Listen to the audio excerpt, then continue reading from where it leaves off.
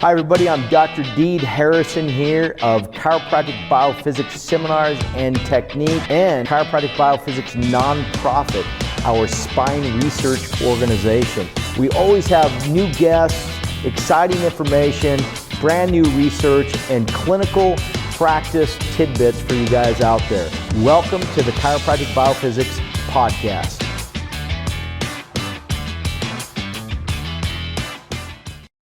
Hey, we are back, Chiro United Podcast, and we just first want to start out by saying thank you so much for your compliments. There was some compliments. Glad to see you back. Some criticisms, some WTF comments like, why did we ever quit? And of course, bringing all the latest stuff in CBP, and it's just really good. We're excited about it. I want you to know it means a lot. So keep them coming. Keeps us encouraged. Yeah. Please share these, spread them everywhere. Yeah, and definitely make sure you like and subscribe everything too, because that we have to make sure the algorithm knows we're back. Yeah, and the next thing is, this is going on many platforms. So obviously, if you're listening to this, you may be a chiropractor, but really we want to get this stuff out to the general public, man. With all this stuff that's going on in the world, and we don't need to talk about that, but since we are talking about that, if you don't know anything about monkeypox, you might want to study it, because then it's even more ridiculous. But Biden signed an executive order. We're in a state of emergency. And, all this stuff that's coming down, they're talking the big R word, recession, and all these things. But the bottom line is, we're not here just to give information. We're here to create a movement, because the more people understand this, the more they do this, the more they lose faith in what's going on in the world, the more they gain faith in the freedoms of their health and do and participate and follow the lifestyle of spinal correction and CBP. We can make a bigger difference in the world. And if you are a chiropractor, you are the leader. And that's why we do this. Yeah, it's funny. I mean, recessions are real and they hit some people hard, but a lot of times recession is a mindset. And, you take the COVID years, and a lot of course, when the economy locked down, people tanked, right? Everybody had that really bad second quarter in 2020, but a lot of us recovered remarkably well. And we ended up having our best year ever in 2020 and even 2021. And I know that that's area dependent, but hey, man, a lot of it's mindset. Are you willing to change your frame of mind?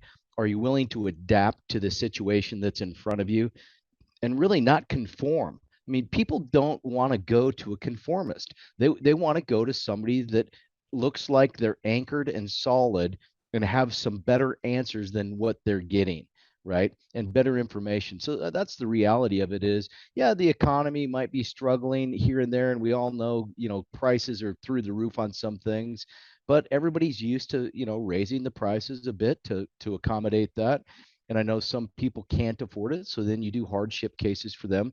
But the people that can, I haven't had people go, you know what, I'm not going to buy Dennerals ever again because you had to raise the price last year or year and a half ago to account for the shipping, the receiving, the production, and really the shipping on it more than doubled, right? And so we're still selling the same volume. Chiropractors are still doing it. Chiropractors are still seeing patients. So in a way, Fred, you're right. Recession is a mindset in some situations, right? And you got to be sensitive to some areas, but change your mindset and change your actions and your behavior. Well, absolutely. Yeah. And, now on coaching calls, I'm just starting to get some patients that are asking about budget. So it's exactly correct. It is a mindset. And if the mindset goes into fear, which what, they're trying to do on the outside, everybody else in the world, if chiropractic is not a lifestyle, it's not a value, and it's not a purpose, the reason that you're still selling as many dental rolls or more is because chiropractors have a purpose. The question is chiropractic care a value and a purpose in your clinic? And if it's not, then the mindset of fear might make people think twice. But if it's a value and a lifestyle, a mindset and a purpose to keep their family healthy, then they're not going to balk at anything. It doesn't matter what the economy does. So anyway, quick plug, this Saturday, August 13th, we're doing 7 proven steps to thrive through any economy. So we're doing an online, it will be recorded. Shoot, I probably ought to have the link and put it on here, but go to Elite Coaching. We'll figure it out. Call Dana. She'll send you the link. And if it's already past August 13th when you're watching this, call Dana anyway. She'll send you the recording. Awesome. Yep. And one thing I want to say about when I say, I'm selling as many dental rolls, I don't want people out there to think that's all CBP is, but that's a measurement of how chiropractors that do CBP technique are doing. So I can track how many new patients they're getting, and the ones that are following through by the dental sales. And by and large, the majority of CBP doctors did amazing through 20 and 21, and even now 22. And it's a way I can track them aside from who's coming to seminars and things like that. So I just want to say that it is a real issue to be able to go. The chiropractors that do CBP and corrective care must still be doing well because of what I see in my business. Yep. Right. Yeah. And it's like Fred, you always taught us, it's a unique difference on what we do, and it stands apart. So having this is a mindset on how you deal with it too. And it's the same thing with our business. Our business has done exceptionally well. And it's the same thing where we're dealing with doctors that want to do the best and offer the patients the best as well. So yeah, I totally agree. Yeah. Nice. The other thing is, now I'm in a little conundrum because during, the 2021, when people weren't really traveling as much, I put 4 of the CBP modules online. And now what you're seeing is some chiropractors, they don't want to travel anymore because of the airfare and all these other things have gone up. They'd much rather, stay at home. And I get it. You can't learn though some of these things at home as you can at a seminar. But I'm getting these. Well, when are the other modules going to come online? So maybe when monkeypox pandemic closes everything down, then I'll get back to putting all the rest of the seminars online. But until then, I've got other things I've got to do. And so if you're interested in the online modules, sorry, I'll get to them. But damn it, you know what? Hunting season for me is right around the corner. And you know what happens, guys, in October? Right? Yeah, I know. That's what I'm worried like about. this. Yeah. Well, you need to get like one of those Starlinks or something from Elon Musk so we can continue doing these podcasts from the woods. Right. Yeah. Well, I will say, being that I give seminars as well, obviously, you can't cut corners on CBP or lead or anything like that. You cannot replace the immersion experience. It's also the energy of the group. It's all the stories you tell that link things together. It's just not the same. You can't get the same experience. So if you try and cut corners, you're only cutting corners on yourself. There are no shortcuts. Yeah. And I get it, for the international doctors, it's difficult to come to the States all the time and train with any of us. So having online things is very important so they can immerse into it. But they still need to come and really get their hands on, because that's the only way that they truly, truly understand the applications of what we do. You have to be put on the spot. The only way really do you know something is can you do it, right? And then are you an expert in it? Teach it, right? So Yeah, I mean that's go. the reality. And then real quick, Joe, I mean you had a lot of work in the last week with people's comments like, why isn't this on Spotify? Why isn't this on iTunes? So tell everybody what you did. Yeah. So when we took that extended hiatus from, because, For a we were decade. just, I guess, yeah, it seemed like it, but it was definitely like 2 years. And for those that are new to this, you might not realize we probably had, I'm betting to say we had the first chiropractic podcast ever when iTunes came out. If not, there was probably only one other. We started when it first came out in 2007, and those podcasts are still online now, which is great. I was listening to your dad, on some of those, and I wanted to give a plug to, if you never got to meet, Don Harrison, listen to those podcasts and just hear the passion, hear why I didn't drop out of chiropractic school. You can hear it in Deed's father's voice, why I became a chiropractor and followed through, the passion that man had. And we accidentally, getting back to it, we accidentally, I would say, we got delisted from not posting any podcasts. You know, they cleaned some house, and I submitted again and nothing was happening. So I had to get on with Apple, and today was the day that Apple got back with me and finally got everything fixed. I was working with one of the best techs, and boom, like in 5 minutes of the email, that everything was all loaded up again, which was awesome. And we're All the submitting old ones too? all the old ones Oh, are nice. on iTunes as well too. And we're looking at right now for Spotify. Starting on this episode, we're going to submit to Spotify, and once it gets approved, because you can only submit audio only. Obviously, if you guys are watching us on the podcast on Apple, you're seeing that it's also video. But for some of those platforms, you can only submit audio. And so that's been my little to-do list, getting on all these other extra little podcast platforms as well, because every time we submit somewhere, somebody says it. And I apologize if I was rude to a couple people. It's like I I've been doing this a long time. I know it's frustrating when I can't get all the pieces in all the dotting all the I's and crossing the T's all in order at once. Sometimes the platforms don't play nice, but I appreciate Yeah, all and the so if you feedback. got a response from Joe that just said "shut up," it was probably like No, 2 a.m. in the morning. Yeah, yeah, he was totally no, frustrated. it was So he's probably, apologizing for that. yeah, it was probably my blood sugar may have gotten low from fasting or something like that. So you caught me during the fast. Yeah, right. Right. That's what we've been up to. Yeah, that's awesome. So you mean we shouldn't take another 2-year sabbatical? Yeah. Yeah, probably not. It might cause a little bit of headache, but But you know, if you guys can right now, don't forget, scroll down, give us a like, give us a comment if you will, share it on your feed with the rest of the chiropractors you know, because that's the way we're going to get the word out that we're back. right. And write a review. Like I wrote a review for us today. Yeah, And you wrote a great review. It was like you right. really like us. Yeah, I had a little typo in it, but whatever, it's okay. I mean, a typo is just my way of inflating your egos that you can find the Hey, typo. hey, I like it. Yeah, just a test. Hey, so I want to bring up a really cool article. That it's been out a couple months, but I personally just found it and read it, and I read it last week. And I post Deeds Research Read of the Day. I don't do it every day, but I call it the Read of the Day, and I do that in the Facebook group, the CBP Doctor group, and then on my personal page. And this one, Fred, you right away said, "Hey, we need to talk about this on this podcast because it is that important."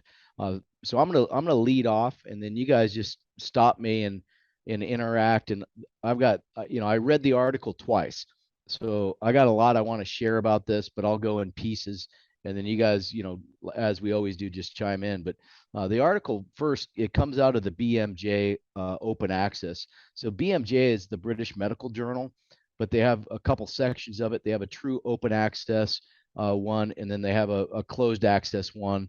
Uh, this one was published in 2022, and it is open access, so that means you can download the full text for free. It's volume 12, and it's E, meaning online only, 052421. And that's just if you type that in, you'll find out that that's what it means. Or you type in uh, the BMJ open access and type in the lead author's last name. And I'm not going to pronounce it because I can't, but I'll read it to you. It's HIJIKATA, and the first initial is Y. So lead author HIJIKATA. And the title of the article is called "The Association of Kyphotic Posture with Loss of Independence and Mortality in a Community-Based Prospective Cohort Study." And it's from a cohort that's called the Locomotive Syndrome and Health Outcomes in Aizu Cohort Study in Japan. And what they've done is they've taken a very large sample of what they call community dwelling senior citizens in the Japanese population. And to be in the study, you have to be 65 years and up. And they do comprehensive examinations, including a measurement that is inferring what thoracic kyphosis is, and I'll share that with you. But they do a lot of data collection. They don't just have the kyphotic posture, they have BMI, they have your smoking history, how many strokes have you had, what's your occupation, what's your economic status. Of course, they do body mass index, so your age, your weight, and then they do what sex you are, and it's biological sex. Everybody gets mad at me for this one, but it's not what you want to be and what you change into. And I'm not saying that that's a bad thing. What I'm saying is, when we do these studies, it's, are you a biological man or are you a biological woman? And that's the way it's designed. Just FYI. Don't blame me. That's just research. Okay. So it's not anatomy based. That's correct. It's based on what your biological DNA was. Are you a male or a female at birth? And this is a really cool project because they were able to include almost 2,200 people. So it's a large sample size. They started, the first exam was in 2008, and then they followed them for about 6 years and ended the exam roughly in 2014. And then they looked at several things, including grip strength, which is a very important measurement. And then they looked at, are you independent in your activities of daily living? So do you have to have a caregiver or not? And at the start of this study, everybody was independent, meaning they're truly active seniors. They take care of themselves. So that's a very important thing, right? These seniors are at the time the study started in 2008, they're not in a caregiving facility. They don't have a caregiver, right? And then the biggest thing they did, they looked at what's called the wall to occiput distance.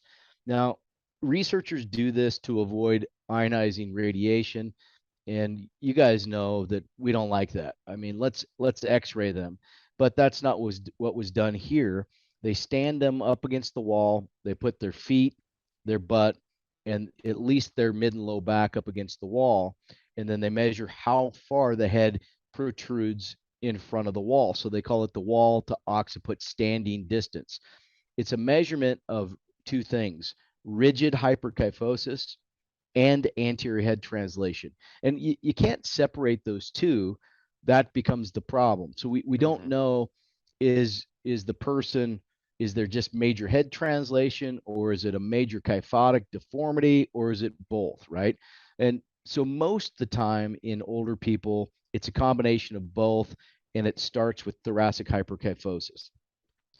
The interesting thing in this paper, this will blow you away, their categorization of mild, moderate, and severe is really kind of different than what I've read before.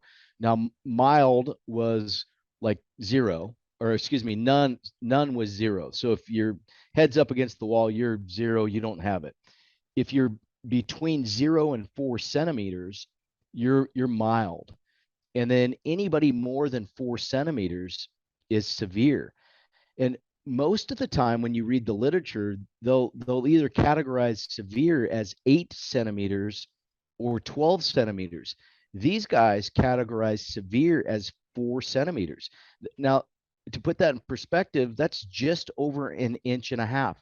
That's not that large, right?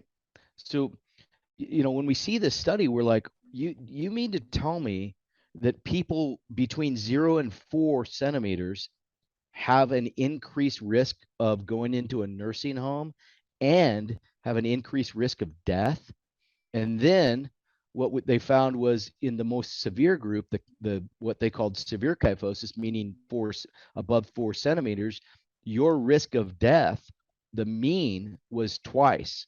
So you were 2 times more likely to die early if you were in the above 4 centimeter category, right? And then what they found in men, the risk is higher than women, because male and female hyperkyphosis can be a little bit different with osteoporotic fractures and such. And men were up to 3 times more likely to die early if they were above 4 centimeters. So I want to stop there and let you guys comment on that, because that's a huge finding. Well, Well, go ahead.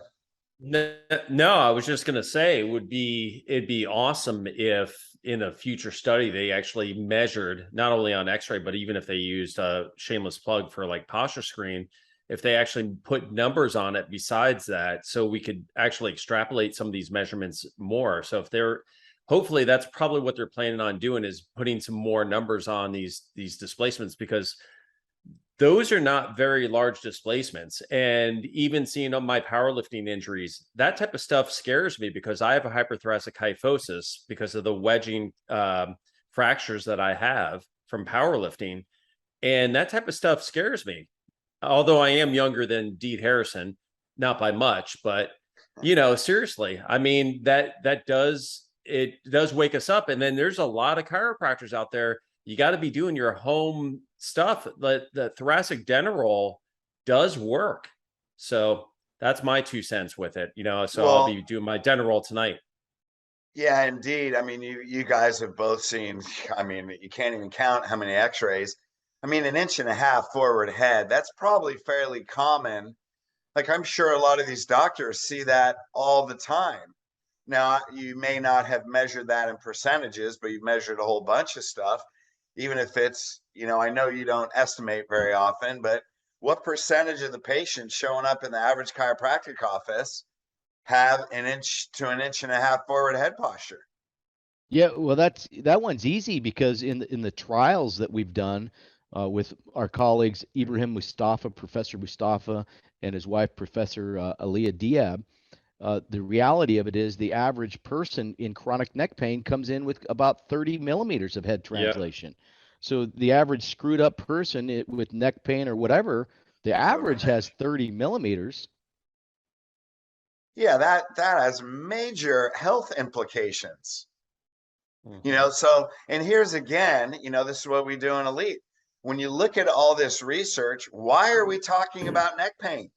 I mean, this is the least of their concerns. I mean, you address the pain, but you focus on the truth, and that's the principle. And now you have the research to show. So these people, now, pardon me for not getting this, more susceptible. Was it heart, stroke? What were they more? I mean, shortened lifespan. Was it specific as to the cause of Yeah, shortened? I'll get into that real Okay. quick. I need to just you guys talk for a minute. I got to send my kid a text. He's back on the gaming, and I'm pausing. Yeah, Yeah. so what they don't realize is where Deed is at. His internet service is not exactly up to civilization's internet Yeah, that's provider what you can service. get when you can go hunting off your back porch. Right. Yeah, Yeah, just going hunting. I'm just going out in my underwear right on the back porch. Yeah. yeah. So the interesting thing, Fred, to your point, they looked at cardiovascular, pulmonary, and then they looked at other diseases. They just categorized them as other. So they did cancer, cardiovascular, pulmonary, and then other. And they noted that in the most severe kyphotic configurations, there was a very high risk or rate of pulmonary deaths. Yeah. And that makes perfect sense. I mean, look at all the seniors that were unfortunately dying, with COVID. Mhm. And a Yeah. lot of that, it might in fact be driven by the comorbidity of thoracic hyperkyphosis, right? And we see that in multiple studies, including this one. They showed that in the more severe kyphotic group, there was a greater risk of dying from pulmonary disorders. Now you just gave out, that's like a gold mine, so people that live in fear and say all this stuff, I would say, here's what medical doctors, because he's an MD, this, HIRIKATI, whatever his name is he a medical doctor, right? Yeah. These are medical researchers and PhDs in Japan. Yeah. Yeah. So here's what medicine isn't telling you on mainstream media, that there's a high association. First of all, the average person dying from COVID was 82. The average lifespan in America was 79. It's either 78 or 79. And so that's right in the range of hyperkyphosis with a forward head. And that's what I would tell people. I would teach that in a workshop. Here's what they're not telling you. The medical studies show there's a high correlation between weakened lungs And, we see this in older populations, which was the highest incidence of death. Yep. Yeah, very important and spot on, Fred. And then, now that my kid's off the gaming, a couple other very interesting things. The groups were matched for age. Even though the severe kyphotic group was like, a couple years older, it wasn't statistically significant. But of interest, there is something that is significant, and it's body mass index. In previous studies, and you got to realize, you guys know I read a ton. Like that's just my job. I have to read and interpret, and then be able to write research and also explain it. So increased body mass indexes are linked to hyperkyphosis. So when you have a child, adolescent that is really severely overweight and they're just a big kid, you've got to worry that they're going to, develop progressive hyperkyphosis and maybe even borderline Sherman's kyphosis. So we know that body mass index in previous studies is related to hyperkyphosis, and they found that here. They reported the percentage of the population with severe kyphosis, and it was the greatest percentage. So 42% of the people in the severe kyphosis group had body mass indices for 25%.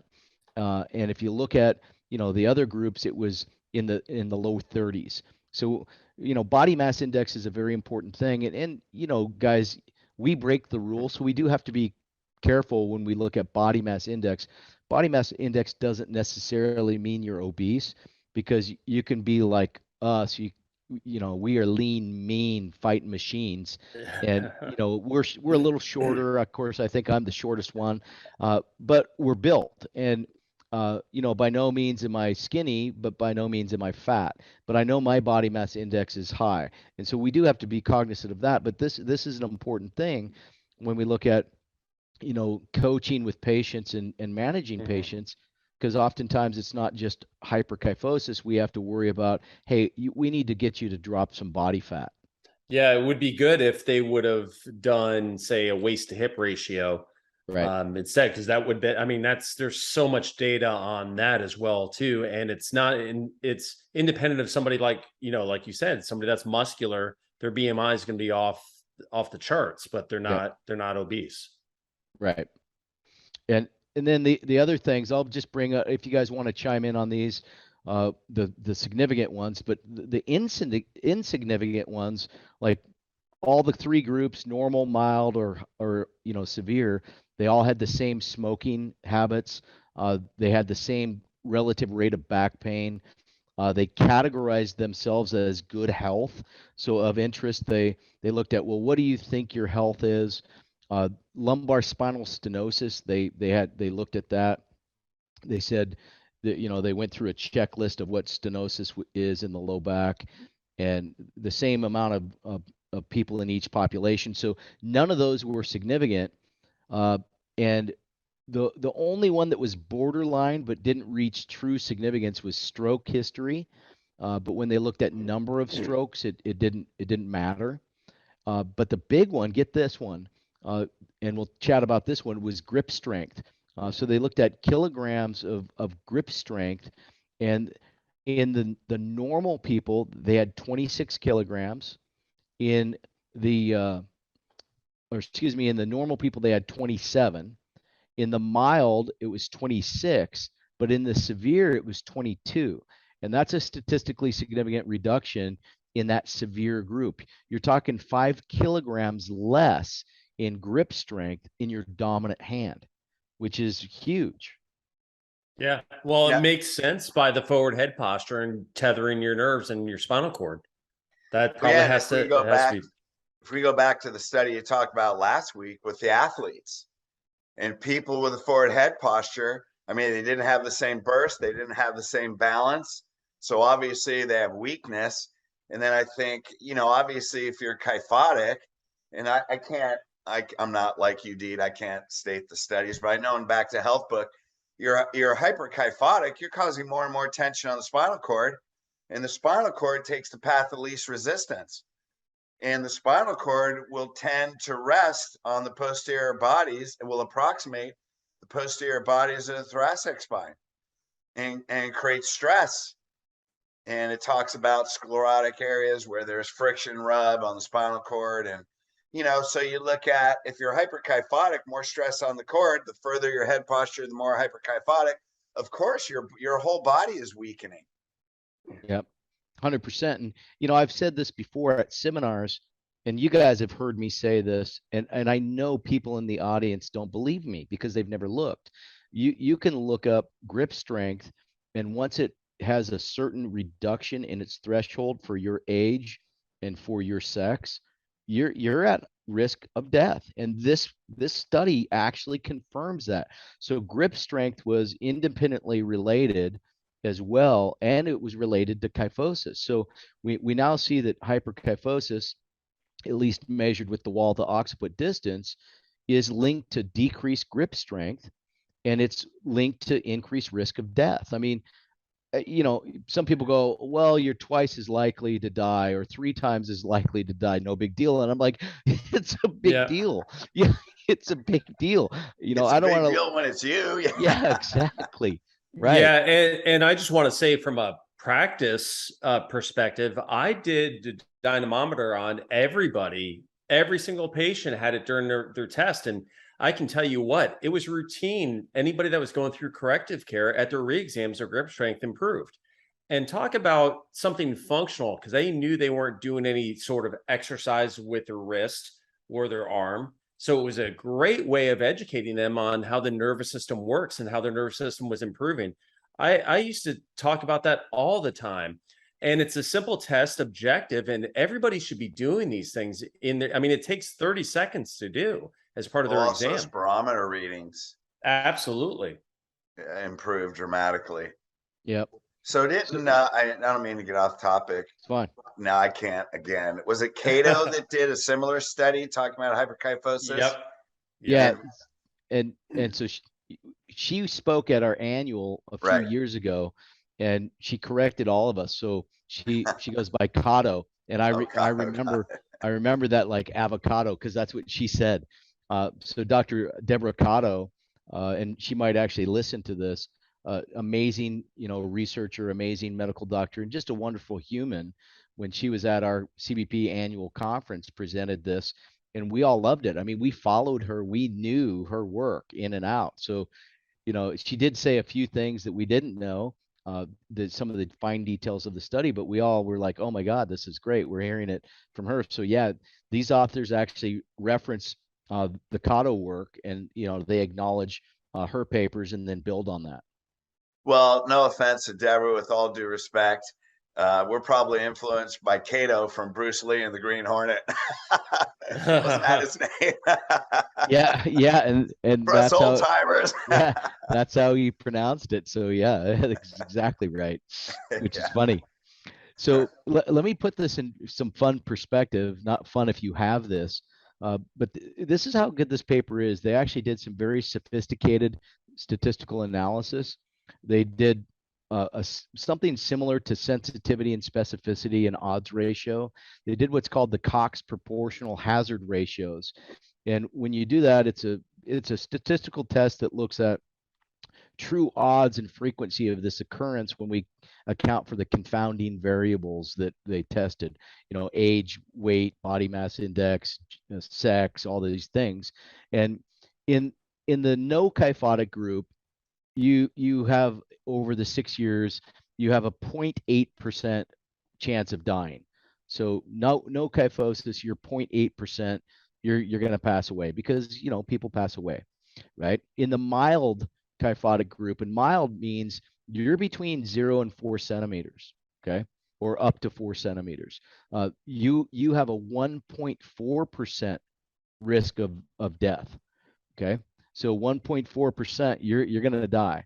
Well, in the severe kyphosis, and that again is greater than 4 centimeters, their Cox hazard ratio is 2.3%.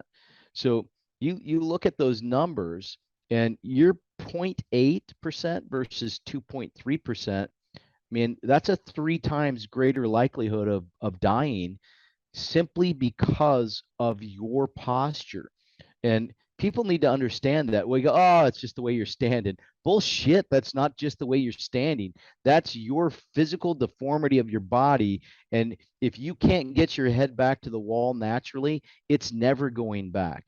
These people, when they sleep with multiple pillows, or they sleep in the recliner, or they have, the old school Craftmatic type of adjustable beds that stick the head way forward. So they never get to a neutral position where there's no cord tension, Fred and Joe. Well, that's why they're standing the way they're Yep. standing, right? It's not how you're standing, it's why you're standing there. Yep. Absolutely. Yep. And then I told you there were several things in this paper, and this is one that we want to touch on too. And this has been reported previously, but this has a bigger sample size. The sample size here is about almost three times bigger than the previous study that you guys have heard me talk about, where older people, that when their sagittal balance is forward from C7 to S1, they have an increased rate of going into a nursing home. Well, this study is essentially showing the same thing with the wall to occiput distance, aside from the death. So they remove the people that died, and then they look at who actually lost their ability to take care of themselves. So who lost their, physical independence, right? Which is a huge deal. So here's what they found: the Cox hazard ratios for these models based on no kyphosis, mild, and severe. So the no kyphosis, you're 1.3% likely. The mild kyphosis, you're 2.6%. And then the severe kyphosis, you're 4.8% likely to go into a nursing home. And what this says to us is that the older we get, we are going to lose our ability to function, but we're going from 1.3% in normal to almost 5% of the people in 6 years are going into a situation where they have to have a caregiver that takes care of them. And for you guys know this, but for everybody else out there, that's brushing your teeth, that's washing your hair, that's going to the bathroom, that's bathing. That's not even, oh, I get to go shopping. No, we're talking about, wow, they now, Self-care. yeah. And ask 100 people if they want to be in a caregiving facility like that, and 100 people will not raise their hands. But it happens to us. So the longer we can prevent that and stop that from occurring, I would personally do anything, right, to stop that. Absolutely. Well, and we see it all the time, man. Look at all the people sitting in the front of the plane that have to wait for wheelchairs. They all look the same. I mean, there's a reason. There's a reason they can't stand up and get off the plane. And that's also what last weekend or a couple of weeks ago, our last podcast, you just begin to lose motor function. Yep. And for everybody listening out there, I think everybody should go to the BMJ open access. You need to download this. You need to read it for yourself. You need to understand.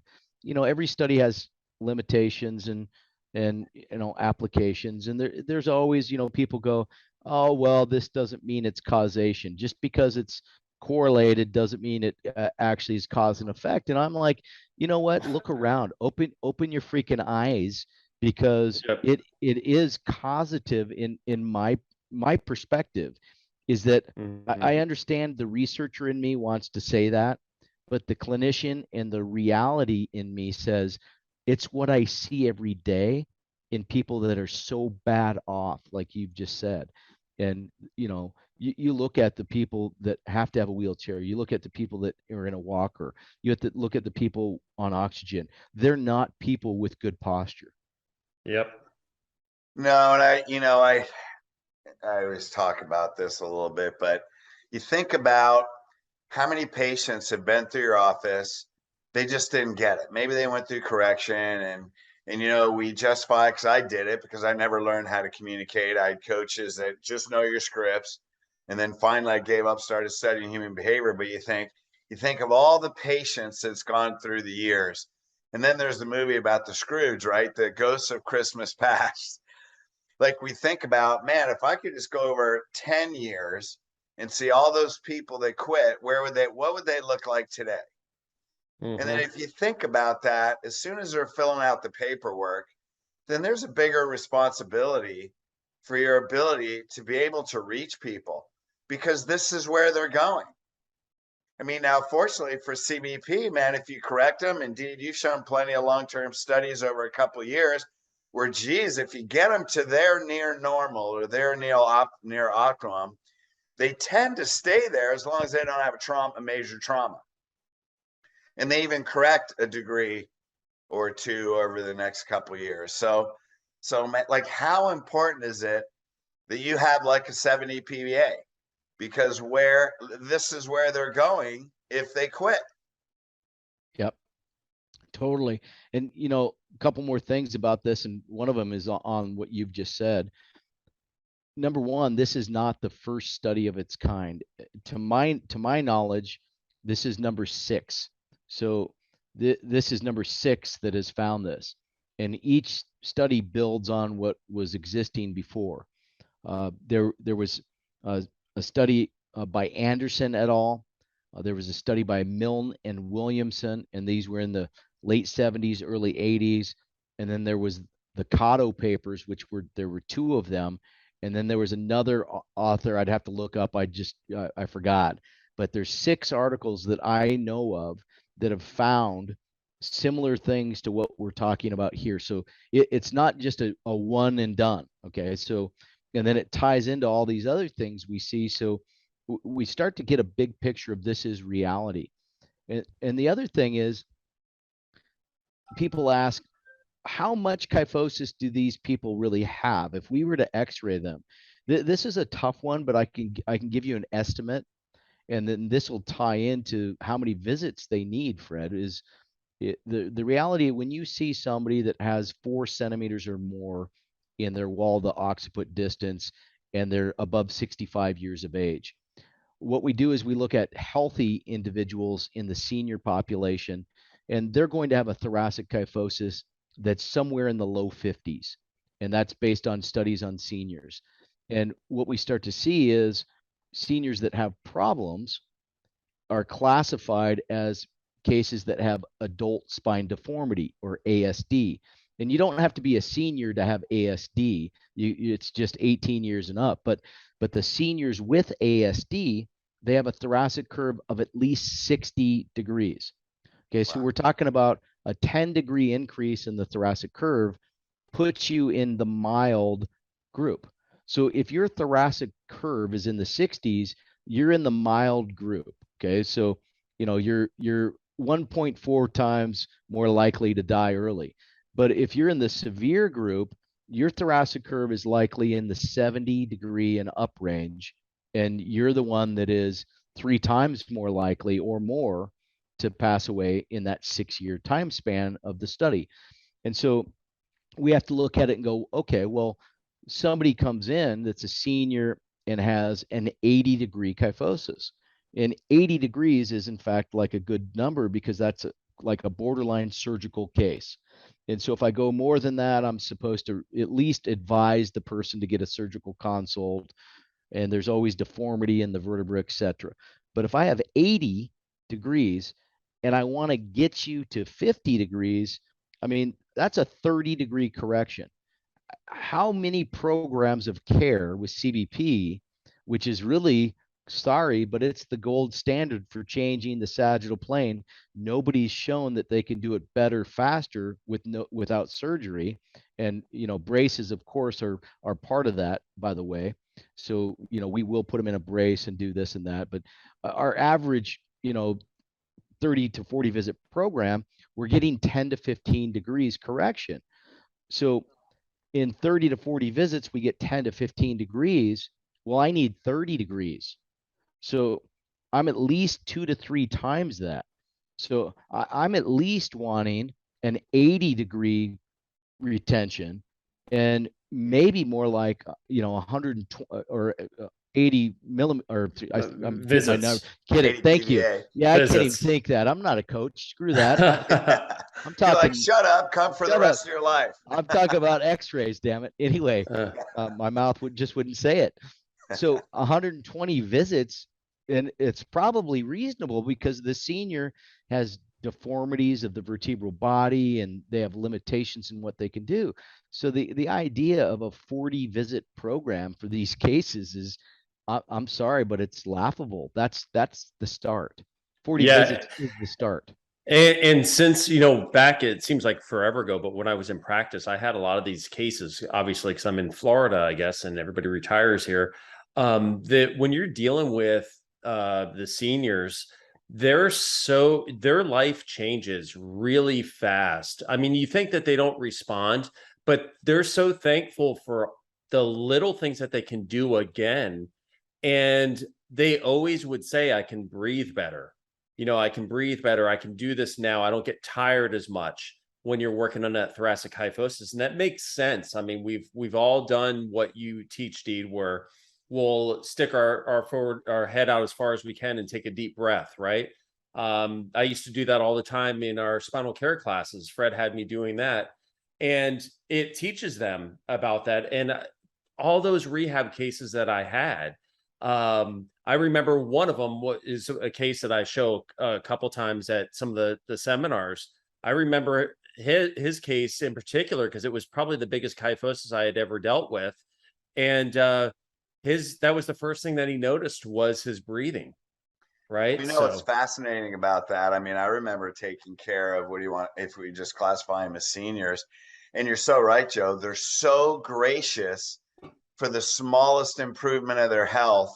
And then when you continue to get improvements, man, they're the easiest lifetime people because they're like, look, man, I spent my whole life thrashing myself. I got maybe 10 years left or whatever. And I want to yeah, make it the best. Like they make their appointments like clockwork. They're retired. Many of them, they're careful about how they spend their money. But when they value it, they'll pay you. They'll pay you whatever you want. And, it's all the younger people. You get big changes. Some people complain, it's like, yep, there's different expectations. They don't have a lot of expectations. And they'll come forever. They're like clockwork. Your mornings are full of a whole bunch of people that love you. They're gracious. They don't complain. yep. And you just give them a hug. And that's really what they want the most. You adjust them, give them a hug, and they absolutely will come forever. Yep. Yep. Well, guys, that's all I have to. I know it's a long article discussion wise, but I think it's so profound and important to what we all stand for, what we teach, what we've, done in our practices, how we communicate, and the things we've done with patients. And yeah, I mean, there's pain in here, but like, Fred, you've said, this is not about back pain. This is about losing your independence to care for yourself as you age, and it's about dying earlier than you should, which is not, do you have back pain? Which, this is the thing that chiropractors like ourselves, that we call principled chiropractors. And I want to be careful because to me, a lot of people use principled as an excuse not to do proper scientific techniques. But principled to me means I'm going to do the right thing in each case, no matter what their condition is. It's irrelevant of whether they have back pain, neck pain, leg pain, headaches, or I'm trying to improve their quality of life or prevent death. Yeah, and I would that's so true. It's like, let's not get hung up on that one thing and let's look at the whole picture, right? And I Yeah. also want to encourage people that these patterns, probably now more than ever, whether you want to call it tech, whether you want whatever you want to call it, these patterns are starting in kids. Kids have to be checked. I have no doubt. I mean, I haven't practiced in a while, but all I got to do, like what you said, Deed, if you just open your eyes, it's amazing how many kyphotic teenagers Yep. that you see. I mean, I'm down Especially, at the beach, so people don't have much, they have maybe a t-shirt or whatever. So it's obvious that that is rampant in adolescence yeah, today. especially going into this is a new school year. Kids are wearing those backpacks, wearing them wrong, wearing them overweighted. jutting their head forward, causing more compression loads and hyperkyphosis, now is the perfect time to, reach out to them and start screening them young. Well, and one of the one-liners that we use in our workshop is that how your child's spine is forming right now can determine the quality and span of their life and health. So, and that's to a parent. Do you have a value? I'm sure it's your value as a parent, and this is every parent. You want to give your children the highest probability of success and health in their life. Would you agree?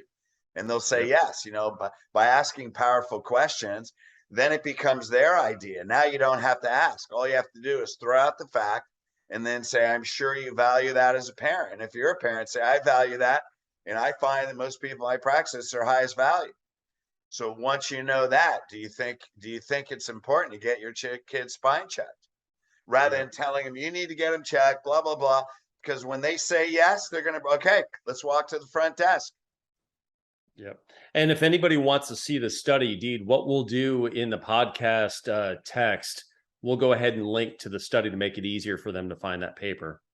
Yeah, I think that's great, because what happens is that, when Fred says what he says and I say what I say and you do what you say, we get the naysayers that go, oh, well, that's not scientific, that's not evidence-based. It's like, well, how many studies do you need on a topic before you can say it's based in at least some kind of evidence? You know what I mean? So it's like, I think 6 is enough to draw a conclusion that this is a significant health.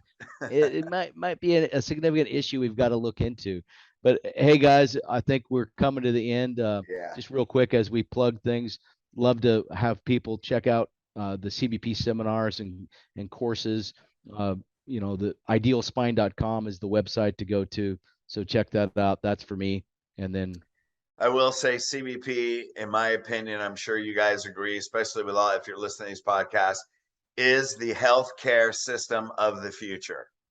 So let's create a movement, get this out there, spread the word. This needs to be the primary healthcare system of the future. And so on that note, keep your eyes online, get on our emails. We're having online events. I give webinars. We also have the Perfect Retention Bootcamp, August 26, 27. We're preparing for whatever may be coming. You can create more lifestyle people, bring their family, get rooted and grounded in your practice. They live that lifestyle no matter what's going on out in the world. And I just want to add for our software users out there, many of you don't know with Posture Screen, it's ironic that Deed was talking about BMI and brought up waist to hip ratio. All of you guys that are using Posture Screen right now, first, you don't realize that you can measure thoracic kyphosis. I guarantee you 90% of you that use our application don't even know that you can measure thoracic kyphosis, for one. Number two, most of you guys are using our unlimited subscription that allows you already to do something called a lean screen, which has been studied by UCLA for reliability and validity against InBody for body composition. But more importantly than body composition, it will predict waist to hip ratio and also reports BMI if you want to. So now from the same photographs that you looked at their posture, you can measure and predict their body composition, waist to hip ratio, and their BMI. Okay, so talk about a great way of educating your patients and documenting their changes with something objective that's used in research around the world and something that's easy to do. And you guys are already using it now. So if any of you don't know what I'm talking about, you can go to our website, postureanalysis.com or posturescreen.com, and check it out. And yeah, that's all we have today to plug, I guess. Yeah, and lastly, why don't you add the wall to occiput distance, Joe? I mean, apparently it's significant. Yeah. I think I need to reach out to the researchers and tell them there might be a better way to measure, right? Just a little bit. Yeah. Just do that tonight, Joe. Well, I mean, yeah, I know we'll have to come up with a wall. I think I'm going to sell like a little L-shaped wall or something that you can put in your practice, and we'll sell and brand the wall. Yeah. Call it the posture screen wall to occiput translation. There you go, a new product. I love it. Then we'll measure how many wine glasses can you put between the wall and the back of their head. Right. Yeah. And you notice I didn't even drink the whole thing. I just drank half a glass of wine just to enjoy myself while we're on these podcasts. Yeah, that's because the bottle's between your legs right there. I wish. Yeah. Yeah. Yeah. All right, guys. Absolutely. We'll be back in 2 weeks. Keep your eye out for it. Please share these. We love you guys. Yes. We do this for you. And I must say, I do have a great time hanging out with you guys doing this. So do I. Yeah, I think it's fantastic. awesome. Fantastic. All right, guys. You have a great night. night. Peace.